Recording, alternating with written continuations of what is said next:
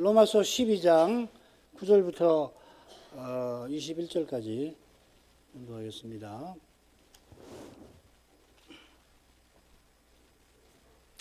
사랑엔 거짓이 없나니 악을 미워하고 선에 속하라.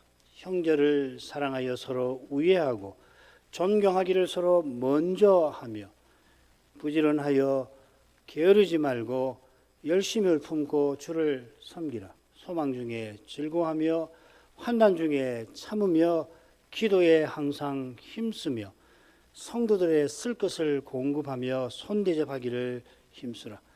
너희를 핍박하는 자를 축복하라. 축복하고 저주하지 말라. 즐거워하는 자들로 함께 즐거워하고 우는 자들로 함께 울라. 서로 마음을 같이하며 높은 데 마음을 두지 말고 도리어 낮은 데 처하며 스스로 지혜 있는 채 말라. 아무에게도 악으로 악을 갚지 말고 모든 사람 앞에서 선한 일을 도모하라. 할 수 있거든 너희로서는 모든 사람으로 더불어 평화하라. 내 사랑하는 자들아, 너희가 친히 원수를 갚지 말고 진노하심에 맡기라. 기록되었을 때 원수 갚는 것이 내게 있으니 내가 갚으리라고 주께서 말씀하시니라. 내 원수가 줄이거든 먹이고 목마르거든 마시우라. 그리함으로 네가 숯불을 그 머리에 쌓아 놓으리라. 악에게 지지 말고 선으로 악을 이기라.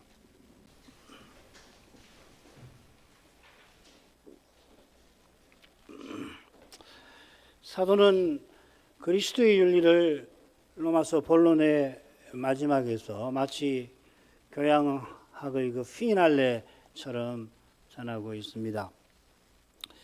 그리스도의 부활이 태초 이후 하나님의 위대한 구속 역사에서 정점이 되는데, 이 부활하신 주님께서 다시 오시는 날까지 이 거룩한 역사를 완성에 이르게 하고 계십니다. 이것이 만물을 충만케 하시는 분으로서 그리스도의 몸 지체를 머리이신 주님께로 자라가게 하시는 바로 그 일인 것입니다. 아직 교회에도 그리스도 아닌 게 많습니다. 히브리서는 부활하신 주님께 만물을 복종케 하셨는데, 성부께서 아직 다 복종한 상태는 아니라 합니다. 배도가 대표적인 불복종 상태이지요. 이 배도에도 불구하고 심지어 그 배도를 통하여 주님께서 주님으로 충만한 세계를 세워가고 계십니다. 이것이 적그리스도가 온 세상을 장악한 그때에 소수의 신자들이 새 사람으로서 그리스도 교회의 바른 자태를 드러내는 거기서 입증될 것입니다. 거기서 그리스도의 윤리는 놀라운 방식으로 실현이 될 것 같습니다. 부활하신 주님께서 다시 오실 때까지 자기의 몸을 통하여 자기를 드러내시고 아버지께 맡은 일을 우리를 쓰셔서 이루십니다. 이것을 위해서 그리스도 윤리를 교회에 내리신 것입니다. 이 윤리는 사도가 앞서서 로마서 1장 후반부부터 해가지고서 11장까지 오직 그리스도를 줄곧 전하고 전하는 결론인 것입니다. 믿음으로 의롭다 하시고 성신으로 거룩하게 살게 하시는 실정이 그리스도의 몸과 지체로서 서나가는 데 있는 겁니다. 이런 점에서 그리스도 윤리를 전하는 이 마지막 본론의 마지막 대목 12장 1절부터 15장 13절까지는 본론의 피날레라 불러도 좋겠습니다. 위에 그 도표를 보시면은 이 다섯째 대목 줄거리 이 근간이 되는 첫째 머릿말, 그리고 셋째, 그리고 다섯째 맺은말이 이 그리스도 윤리를 어떻게 해석해야 할지를 이 세 군데에서 제시하고 있습니다. 실제적인 내용은 그 두 번째와 네 번째에 나오는데, 어떻게 이걸 해석해야 할지를 처음, 중간, 마지막에서 찾아내야 항상 이것을 염두에 두고 읽으셔야 한다는 말씀입니다. 마지막 단락은 그리스도 윤리의 실천 무대로서 이 그리스도의 머릿말 단락, 지난 시간에 살핀 머릿말 단락은 그리스도 윤리의 실천 무대로서, 실현 무대로서 그리스도의 몸을 보여주었습니다. 지난 시간 살폈죠. 여러 시간에 걸쳐서 살폈습니다. 맺은 말은 그리스도께서 약속대로 그리스도의 몸을 이루어서 하나님께서 영광을 거두실 거라 전합니다. 그래 다시 오시는 그때까지가 얼마나 중요한 시대인가를 한가운데 단락에서 전하고 있죠. 어거스틴이 회심할 때 읽었던 바로 그 부분 아닙니까? 바깥에서 소리가 들려서 읽어라 읽어라 펼쳐서 읽어라 토올레 레게 바로 이 구절이잖아요. 자다가 깰 때라 하였습니다. 역사에서 다시 없을 중요한 시기를 지금 신약교회가 살아가고 있습니다. 우리 시대는 그 시기가 막바지에 달한 그런 때라고 저는 믿습니다. 이런 시대에 우리가 그리스도 교회로 부름받은 뜻이 결코 가볍지 않을 겁니다.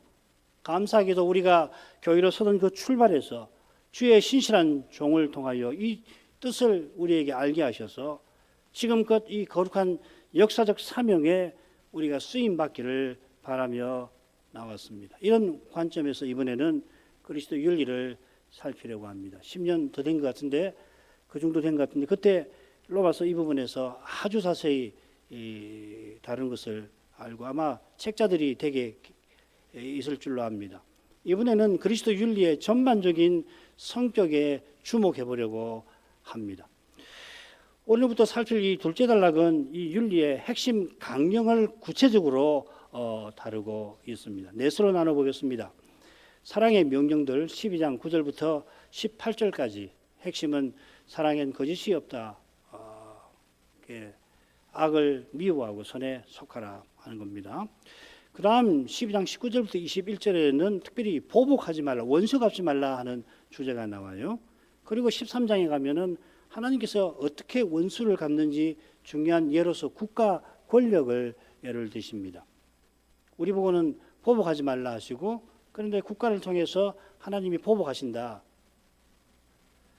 그 다음에 13장 8절부터 10절까지는 사랑의 근본 강령, 사랑은 율법의 완성이라고 하고서 오늘부터 다룰 구체적인 명령과 짝을 이루는 율법의 강령이라. 율법이라는 여러 명령들이잖아요. 그 본질, 그 핵심, 그리고 완성이 사랑이다 이렇게 전하는 겁니다. 대단히 얼마나 내용도 깊고 줄거리도 정교하고 뛰어난지 모르겠습니다. 사랑의 명령들, 우리가 이제 살필 명령 하나하나가 깊은 내용을 담고 있습니다. 사실 사도의 깊은 의정을 다 헤아릴 길이 없습니다만은 사도가 사랑을 그리스도 윤리의 핵심 강령으로 제시하는 것은 분명한 것 같습니다.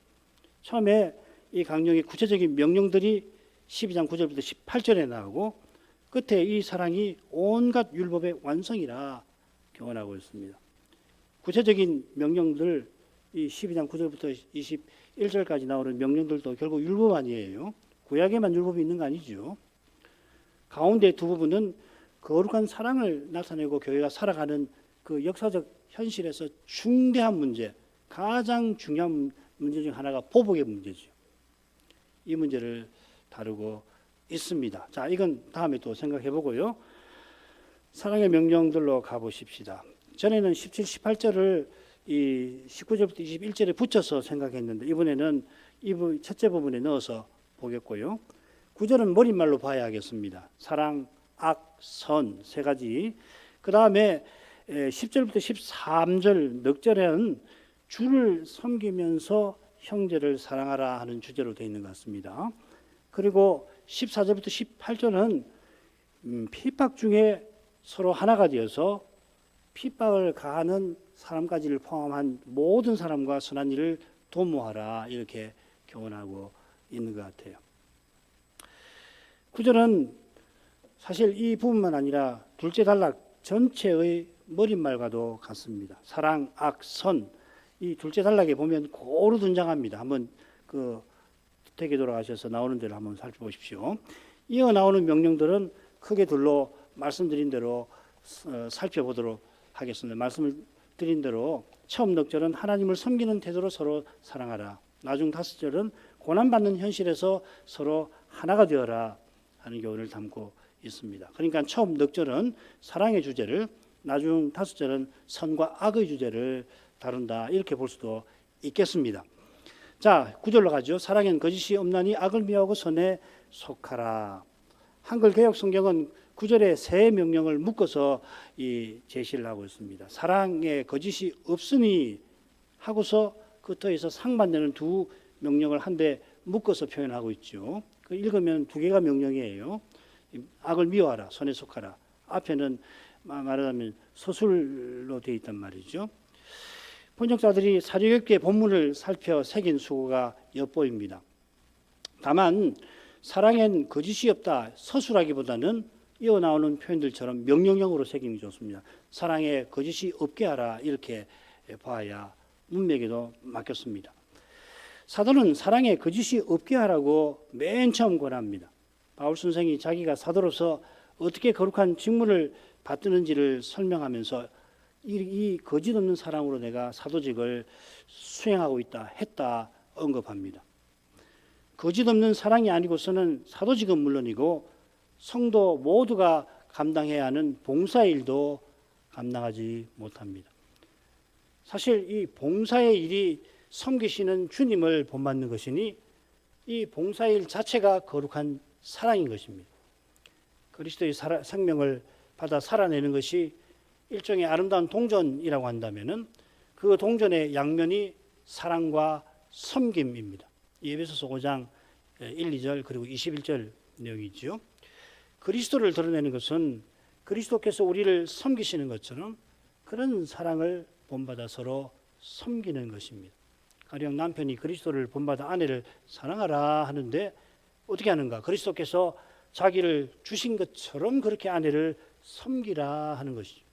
어른을 읽으면 사랑은 남편에게, 복종은 아내에게 이렇게 말하는 것 같은데 자세히 보면 같은 거죠. 사랑으로 섬기고 섬김으로 사랑하라. 아내는 교회가 그리스도께 하듯 남편을 복종함으로 남편을 사랑하라. 형편없는 남편이지만 내가 사랑해야지 하고서 남편의 권위를 무시하면 그건 거짓 없는 사랑이 되지 못할 것입니다. 거짓 없는 믿음이나 거짓 없는 지혜라는 표현이 성경에 나와요. 이 거짓 없다는 표현이 나오는 거의 대부분입니다. 거짓 없는 사랑이 두 번 나오고 이 거짓 없는 믿음 혹은 거짓 없는 사랑이 나와요. 이 거짓 없다 하는 이 낱말에 우리 주님께서 가장 미워하신 외식, 위선이라는 낱말이 여기 들어 있습니다. 위선 없는, 외식 없는 사랑이란 말이에요. 외식 없는 믿음. 거짓 없는 믿음은 구원 얻지 못하는 믿음만 아니라 외식 없는 신앙을 가리키는 듯 합니다. 사도가 쓴 예들을 보면요.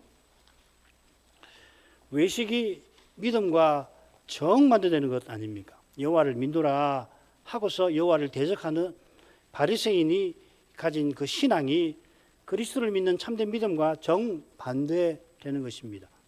이런 외식하는 마음에서 사람의 꾀가 나옵니다. 바울이 그리스도를 뵙기 전에 그 뛰어난 지성으로 내놓은 꾀가 무엇이었습니까? 당시 그 누구도 시도하지 못했던 그런 악한 일을 이루었습니다.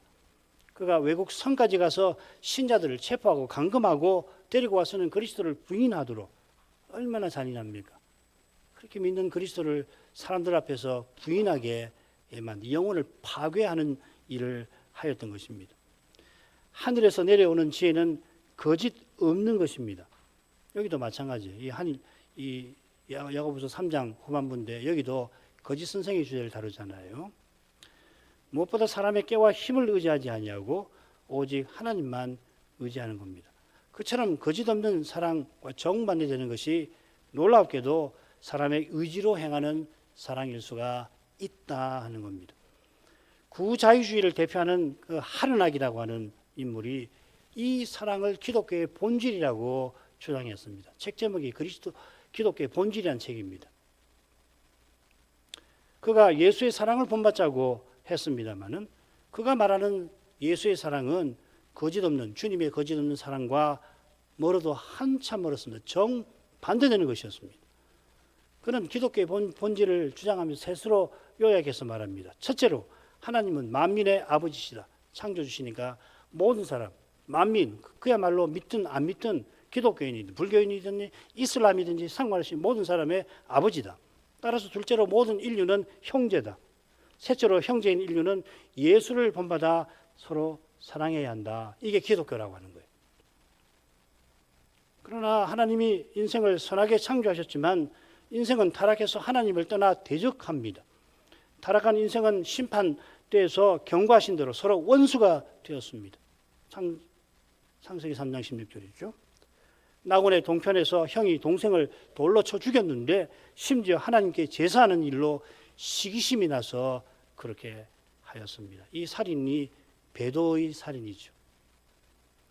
그렇게 10대, 10대가 흘러서 사람의 마음의 생각의 모든 계획이 항상 악하였고 세상의 강포가 가득하였습니다. 하나님이 심판하시지 않을 수 없는 지경까지 사람이 노아 시대에 타락하였습니다. 이런 사람이 어떻게 주님처럼 서로 사랑할 수가 있습니까? 하나님이 다시 물로 세상을 심판하지 아니하려고 생명과 호흡과 온갖 선한 것을 주시니까 과연 사람이 얼마간 선을 나타내고 살아가게 되긴 했습니다마는 그 선을 가지고서 일반 은총이라고 할 수 있죠. 그걸 가지고서 영원한 선이며 최고 선인 하나님 나라를 이루겠다 한다면은 그건 그렇게 시도한다면은 무슨 문제가 생깁니까? 사람을 흑암의 권세에서 건져서 사랑의 아들의 나라로 옮기신 그 길을 가로막는 거 아니고 뭐겠어요? 그처럼 두려운 것이 사랑의 아들의 나라에 들어왔는데 사람의 힘과 꾀로 하나님 나라를 이루겠다 하는 사실일 겁니다. 이 사실이 이 시대의 거룩한 교회답게 서서 거룩한 사명을 이루는데 심각한 장애가 됩니다. 이런 자기를 철저히 부인하지 아니하면 그는 적그리스도가 등장할 때 누구보다 그를 추종할지도 모릅니다. 반드시 그런다는 건 법은 없겠지만은 그럴 공산이 커 보여요. 주님 은혜가 없다고 한다면은 하나님 나라는 오직 거짓 없는 사랑으로 세워집니다. 그 사랑은 죄인을 위해서 십자가 지신 그리스도의 부활 생명을 살아내는 데서만 가능합니다. 이 거룩한 사랑이 그리스도의 몸을 세우는 그리스도 윤리의 핵심 강령이었습니다. 윤리학은 모름지기 두 덕목을 다룬다고 볼 수 있죠. 옳음, 선함, 옳고 그름, 그리고 선하고 악함. 이 세상 윤리학은 옳고 그름에서 출발해서 선하고 악함을 다루든지 반대로 선하고 악함을 먼저 다루고서 거기서 출발해서 옳고 그름의 문제를 다룹니다. 후자를 대표하는 것이 이 시대를 지배하는 철학사상 공리주의. 김홍전 목사님이 유다이모니즘 많은 이야기 하셨는데 그거 아니에요. 벤담 공리주의. 우리 고등학생 윤리학책에서 배웠었을 것 같은데 최대 다수의 최대 행복이라는 구호로 요약이 되죠. 이 행복이 공리주의가 장려하는 선이 되는데 이 행복은 뭐냐면 결국 고통과 상반되는 쾌락입니다. 제일 대표적인 것이 물건 사면 느끼는 즐거움 같은 거 말입니다. 이 벤담이라고 하는 사람은 이런 즐거움을 계량을 하려고 했어요. 합산을 하려고 했단 말이죠. 그렇게 합산을 할 수 있다고 보고 그래서 최대 다수가 최대로 쾌락을 얻으면 윤리적으로 옳다, 좋은 사회다, 옳은 사회다 이렇게 말하는 거죠. 이 주장이 오늘날 자본주의 정신을 떠받치고 있다 해도 과언이 아닐 겁니다. 이것과 정반대되는 것이 칸트의 의무론이라고 하는 겁니다. 잘 아시는 대로 그는 무엇이 옳다고 하는 그 이유로만 그것을 행하는 것이 참으로 옳은 것이다 하였습니다. 그러니까 벤담처럼 행복을, 쾌락을 얻고자 무엇을 행하는 것은 그건 근본적으로 옳지 않다 하는 겁니다. 그는 심지어 인생이 하나님을 기쁘시게 해서 하나님 안에서 참된 기쁨을 누리려고 하는 것조차도 그거 옳지 않다고 주장합니다. 그러니까 얼른 들으면 칸트의 의무로는 대단히 훌륭해 보여요. 그렇지 무슨 나쁜 의도를 가지고 사사로운 이 욕심을 이루려고 옳은 걸 행하는 것이 어떻게 도덕적일 수 있느냐 그 말 같은데 심지어는 이렇게 이야기한단 말이죠. 칸트는 사람이 자유로운 이성을 갖고 있어서 무엇이 모든 사람에게 언제든지 옳은 그런 규칙을 만들어낼 수가 있고 이성을 가진 이성이 가진 선의지로서 그 규칙을 행하되 선의지를 가진 이 사람을 수단이 아니라 목적으로 삼아 사람들끼리 시민사회를 하나님 나라를 이루는 것이 선한 거다, 행복이다 하였습니다. 이 칸트의 주장이 하르나게의 주장과 사실상 다를 바가 없는데 하르나게의 주장이 벤담의 주장보다 실제로 얼마나 나은지 잘 모르겠어요. 거기 속이죠. 기독교 윤리는 어떻습니까? 그리스도께서 죄인을 위해서 십자가에 달리시기까지 완전한 의를 이루시고 이제 최고선인 하나님 나라를 세우고 계신다 전합니다. 이 예수를 믿어서 죄인이 의롭다 하심을 얻고 그리스도의 사회를 이루게 하십니다. 믿음으로 의롭다 하심을 받는 것만큼 하나님께 옳은 것이 없고 그리스도의 몸으로 그리스도를 드러내는 것만큼 하나님을 기쁘시게 하는 선한 것이 없는 겁니다. 아들을 아끼지 않고 내어주신 하나님만 홀로 선하시니 이 선하신 아버지의 선하신 뜻을 온전히 이루신 그리스도께서 참으로 선하시며 이 그리스도를 드러내는 거기에 이 순간에도 온갖 선한 것을 주시는 목적이 있는 겁니다. 하나님이 날마다 주시는 선한 것은 그리스도를 드러내라고 주신 것이 거기서 주신 선한 것이 참으로 선한 것이 되는 겁니다. 참으로 선하신 그리스도만 남고 다른 모든 선한 것은 장차 사라집니다. 아무리 좋은 것을 여기 닦고 얻었다 하더라도 그거 갖고 하나님 나라 그거 가지고 하는 거 아니죠. 사라지는 선한 것이 인생의 죄를 통해서 그 죄를 이용하는 악한 자 마귀로 말미암아 없어져야 할 것이 되기도 합니다. 자, 이런 내용에 비춰서 악을 미워하고 선에 속하라는 명령을 좀 보십시다. 우선 여기 이 악이라는 말은 이후에 이 8번 나오는 악과 다른 낱말입니다. 아마 이미 여러분 들어보셨을 겁니다. 포네로스라는 말입니다. 이 낱말이 다르다고 해서 뜻도 근본적으로 다른 건 아닙니다만은 여기서 이 구절에서 바울은 악한 자 마귀를 떠오르게 하는 그 낱말을 썼어요. 주께서 가르치신 기도 오늘도 우리가 들었습니다마는 악이 등장하죠. 악에서 구하옵소서. 그 악입니다. 사실 6째 간구에 나오는 이 낱말이 그 악인지 그 악한 자인지 확실히 알 수 없죠.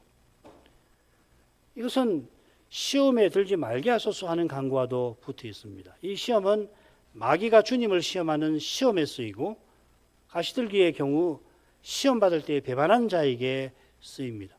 믿음을 견고하게 하는 시험이 아니라 믿음을 허무는 시험이고 이런 시험은 악한 자 마귀와 붙어 있습니다. 지금 사도가 미워하라고 명령하는 악은 일반적인 악이 아니라 원수의 핍박과 관련된 그런 것이고 그런 핍박 때에 사람의 힘과 꾀로 보복하려고 하는 것과도 붙어 있는 겁니다. 이런 보복에서 벗어나지 않으면은 참으로 선한 것을 이룰 수가 없게 될 것입니다. 그래서 바울은 그 악을 미워하라고 명령합니다. 이 말은 여기밖에 나오지 않습니다. 흔히 미워한다. 성경에 미워하다는 말이 구약에도 신약에도 자주 쓰이는 낱말이 있는데 여러 개가 있어요. 바울은 처음 한 번 나오는 이 낱말을 여기 있습니다. 이 낱말에서 유래된 형용사가 한 군데 디도서에 있는데 거기 가증스러운이라고 되어 있습니다. 미워도 보통 미운 게 아니죠, 그렇죠? 사실 여기 사용된 낱말은 디도서에 쓰인 형용사보다 훨씬 강한 뜻입니다. 굳이 번역하면 지독히 미워하라 이렇게 새길 수 있는 말입니다.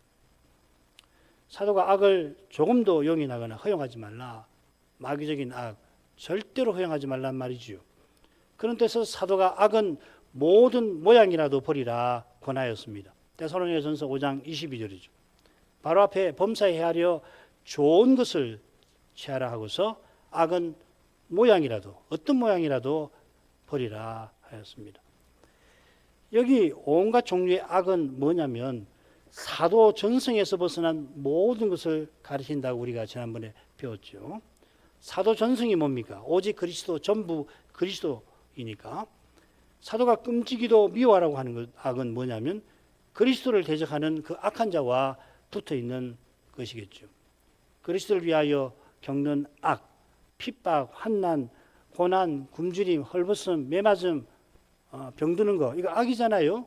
병드는 게 어떻게 선이고 굶는 것이 어떻게 선입니까? 하루만 굶어도 사람이 생각이 되지 않을 만큼 힘든 악 아닙니까? 그런 그리스도를 위해서 겪는 악은 오히려 우리에게 선한 것이 되죠. 요컨대 사도가 미워하라고 하는 악은 그리스도에게서 멀어지게 하고 그리스도를 대적하게 만드는 악인 겁니다. 그것이 이 세상에서 가장 선한 것이라고 해도 거룩한 사회에서 가장 악한 것이 얼마든지 될 수가 있고 이건 적그리스도 시대에 실감하게 될 것입니다. 이어 사도는 선에 속하라고 권합니다. 적그리스도 시대의 후반기에 대환난이 옵니다만 그때 전에는 실로 평안하다는 때가 오죠. 온 세상 사람들이 역사상 이렇게 평안한 때가 있을까 하는 때가 먼저 오잖아요. 그럴 때 이런 현상이 벌어진다 이 말입니다. 이어 사도는 선에 속하라고 합니다. 선에 속하는 것이 악과 미워하는 것과 정반대 되겠습니다. 그런 점에서 이 속한다는 낱말이 중요합니다. 이 낱말이 어디 쓰냐면 남자가 부모를 떠나서 아내와 합하여 하나 되는데 쓰입니다.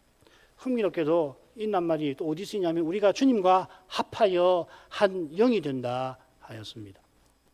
주님과 한 영이 된다는 것은 물론 주님과 교회가 신랑과 신부 되는 것을 가리키겠죠. 신랑과 신부가 둘이 합하여 한 육체가 되는 것과 비슷한 데가 있습니다마는 육체의 차원과 전혀 다른 신령한 연합과 사귐에 우리가 주님과 함께 들어가는 것입니다. 이런 교훈에 비추어서 주님과 합하여 한 영이 되어야 하는 신자가 창기와 합하여 그와 한 몸을 이루는 것은 실로 악할 겁니다. 달리 표현하면 사도는 주님과 합하여 신령한 관계와 사귐에 들어가듯이 그렇게 선한 것과 합하라고 명령하는 것이겠습니다. 이건 뭐겠습니까? 선하신 주님과 연합하여 주님의 선하심을 드러내라 하는 명령이겠죠. 그리스도처럼 선한 분이었고 그리스도를 드러내는 것만큼 선한 것이 없습니다. 흔히 하나님 나라를 최고의 선이다 부르는데 이 하나님 나라는 선하신 그리스도가 충만하신 세계잖아요. 그냥 최고선이죠. 그리스도께서 다스리시는 나라라고도 할 수 있는데 그 다스림이 이 세상 나라와는 너무도 다릅니다. 그 차이가 왕이신 주님이 섬기는 자로서 백성인 우리를 섬기시는 데 있습니다. 그래야 섬김받은 우리가 주님을 본받아 서로 섬기게 하시는 나라입니다. 우리의 섬김은 섬기시는 그리스도를 드러냄입니다. 우리의 섬김은 그리스도의 생명을 살아냄입니다. 하나님 나라는 그리스도께서 전부이시고 전부 안에 계시는 나라입니다. 이 나라를 드러내는 길이 지금 이곳에서 그리스도의 몸답게 서나가는 데서 열린다 하는 겁니다. 자, 그 다음에 넉절로 가겠습니다. 형제를 사랑하여 서로 우애하고 존경하기를 서로 먼저 하며 부지런하여 게으르지 말고 열심을 품고 주를 섬기라. 소망 중에 즐거워하고 환난 중에 참으며 기도에 항상 힘쓰며 성도에 쓸 것을 공급하며 손대접하기를 힘쓰라. 이 번역은 참 어려운 것인데 그래서 원문을 그대로 드러내기는 어려워요. 그런데 이 넉절은 이 표현상으로도 그렇고 내용상으로 그렇고 이렇게 묶을 수가 있습니다. 한번 보겠습니다. 번역을 조금 고쳤습니다. 형제 사랑으로 서로 우애하고 존경으로 서로를 낮게 여기며 당연히 서로 연결되죠. 그죠? 그 다음에 부지런함에 게으르지 말고 마음에 열정적이며 주께 섬기며 이 원문도 읽으면 분명히 탁 뜨여요. 눈에. 그 다음에 소망 중에 즐거워하고 환난 중에 참으며 기도 중에 지속하며 이렇게 되어 있습니다. 그 다음에 성도의 쓸 것을 공급하며 손님 대접을 힘쓰며 그러니까 둘, 셋, 둘 이렇게 되는 겁니다. 처음에 둘, 가운데 셋 두 번 되고요. 마지막 둘. 그래서 10절, 13절은 형제 사랑을 다룬다고 할 수 있고 가운데 11, 12절은 하나님을 향하는 태도를 다루고 있습니다. 그러니까 율법의 강령이 넉절에 담겨 있는 거죠. 하나님을 사랑하고 이웃을 사랑하는 거죠. 하나님 사랑하는 태도로 이웃을 서로 사랑하라 이런 명령이 있죠. 거짓 없는 사랑이 그리스도를 본받는 데 있듯이 그리스도를 본받는 사랑은 무엇보다 형제를 사랑합니다. 형제를 사랑하며 서로 우애하고 여기 실은 사랑이라는 말이 3번 나와요. 형제를 사랑하여. 우애라고 한 말에 사실은 2가지 종류의 사랑이 나옵니다. 로마서 14, 15장에서 보면 로마 교회에 발생한 문제를 다루면서 사도가 이 교훈을 더욱 강조할 겁니다. 거기 중요한 표현이 하나 있는데 그리스도께서 대신하여 죽으신 형제. 고린도 전서 8장에서는 번역을 그리스도께서 위하여 죽으신 형제 똑같습니다. 휘페라는 말인데 그리스도께서 위하여 목숨 버리실 만큼 사랑하신 형제로 알고 그리스도처럼 형제를 사랑하는 거기에 참된 믿음이 있고 그리스도 윤리의 주된 내용이 있습니다. 요한도 똑같이 그리스도께서 우리를 위하여 목숨 버리셨으니 우리도 형제를 위하여 목숨 버리는 것이 마땅하다 하였습니다. 이것은 구약의 땅에 있는 성도는 존귀한 자니 나의 모든 즐거움이 저에게 있도다 하는 고백과 정확하게 일치하죠. 이 억지로 안 되는 거죠. 나의 모든 즐거움이 저에게 있으니 이 목숨을 쏟기까지 사랑하는 거잖아요. 즐거움이 없는데 어떻게 목숨까지 버리며 사랑할 수가 있나요? 시인의 심정이 날마다 모든 교회를 위한 염려에 그 영혼이 짓눌린 사도의 태도로 나타날 것입니다. 우리가 계시기관인 시인이나 사도의 위치, 입장과는 다르긴 합니다만은 세상에 나 혼자 있었더라도 그리스도께서 이런 나를 위하여 목숨을 버리셨을 거다 하는 것을 깨닫는다면 시인이 왜 이런 심령을 품고 사도가 왜 이런 태도로 살았는지 우리도 헤아리게 될 줄 믿습니다. 그처럼 짝을 이루는 명령도 마땅하게 여기게 될 겁니다. 존경하기를 서로 먼저 하며. 이 존경이라는 말, 티메라는 말인데요. 어디 나오느냐면 장차받을 영원한 구속의 이 내용에 속합니다. 영광, 썩지 않음, 이 존귀, 그 말입니다. 또 영원한 구원을 받을 그릇에 쓰입니다. 그래서 귀히 쓸 그릇이다. 이 존귀의 그릇이라는 말인데 풀어서 귀히 쓸 그릇이다 했습니다. 국가의 심판을 다루는 대목에서도 국세받을 권력자에게 쓰입니다. 존경할 자를 존경하라. 그리스도께서 위하여 목숨 버리신 형제라면 국세받을 황제보다 주의 앞에 귀한 존재죠. 주님이 이렇게 대접하시니 주님처럼 서로 대접할 것입니다. 이게 주님을 본받는 것이고 주님을 드러내는 거죠. 여기 먼저 하라고 새긴 낱말은 어떤 뜻이냐면 앞서가서 길을 보이라는 뜻입니다. 선구자, 안내자 이런 말이겠죠. 주님을 본받아 형제를 대접하는 일에 모범을 보이라 하는 뜻이었습니다. 주님이 나를 귀히 대접하시니까 다른 사람에게도 내가 당연히 대접받을 권리가 있다 생각하면 그분은 주님의 사랑을 아직 깨닫지 못한 것입니다. 주님의 사랑을 깨달으면 이런 생각을 못 품어요. 주님의 사랑을 참으로 맛본 사람은 자기가 누구보다 그 사랑을 받을 자격이 없음을 고백하는 거죠. 그렇게 사랑하시는 주님이시니 사도처럼 주님을 전부로 모시고 섬기는 것입니다. 주님을 섬기는 심정과 태도로 주님께서 귀히 여기는 형제를 귀히 대접하는 겁니다. 달리 말하면 주님을 대하듯이 섬기는 것입니다. 요컨대 형제 사랑으로 서로 우애하고 존경하기를 서로 먼저 하라는 이 두 명령은 바울이 에베소서 5장에서 천명한 신자의 두 실천 강령을 오롯이 담아냅니다. 1, 2절과 21절입니다. 그러므로 사랑을 입은 자녀같이 너희는 하나님을 본받는 자가 되고 그리스도께서 너희를 사랑하신 것처럼 너희도 사랑 가운데서 행하라. 그는 우리를 위하여 자기를 버리사 향기로운 제물과 생축으로 하나님께 드리셨느니라. 21절 그리스도를 경외함으로 피차 복종하라. 서로 그리스도처럼 사랑하라. 그리스도를 경외함으로 서로 복종하라. 이 두 실천 강령은 그리스도가 우리를 사랑하시는 것처럼 그렇게 서로 사랑하고 그 그리스도를 대하듯이 복종하듯이 서로 복종하는 것입니다. 이게 이제 동전의 양면이죠, 사실은. 사랑과 섬김하고 같은 거죠. 서로 사랑하고 서로 복종하는 이것을 서로 먼저 하는 거기서 그리스도의 거룩한 사회가 지금 이곳에서 나타날 것이고 장차는 우리가 앞다투듯이 서로 먼저 사랑하게 되므로 동시에 모든 사람에게 사랑과 섬김을 받게 되겠죠. 그러니까 더 사랑하게 되고 더 섬기게 되겠죠. 하나님 나라는 그처럼 아름답습니다. 기도하겠습니다. 걸어가신 아버지 사도를 통하여 그리스도의 윤리를 가르쳐 주셔서 감사드립니다. 이런 윤리가 일상 어떤 윤리학 서책에서 찾을 수가 없을 것입니다. 그 이유는 다른 데 있지 않고 사람의 이성과 경험으로는, 더욱이 타락한 인생의 생각으로는 죄를 제대로 알지 못하는 데 있고 그 죄를 해결할 길을 찾지 못하는 데에 있나이다. 오직 하나님이 사람 되셔서 십자가 지심으로 그리스도께서 부활로서 의롭다 하심을 얻으셨습니다. 그리스도께서 완전한 의를 이루셨습니다.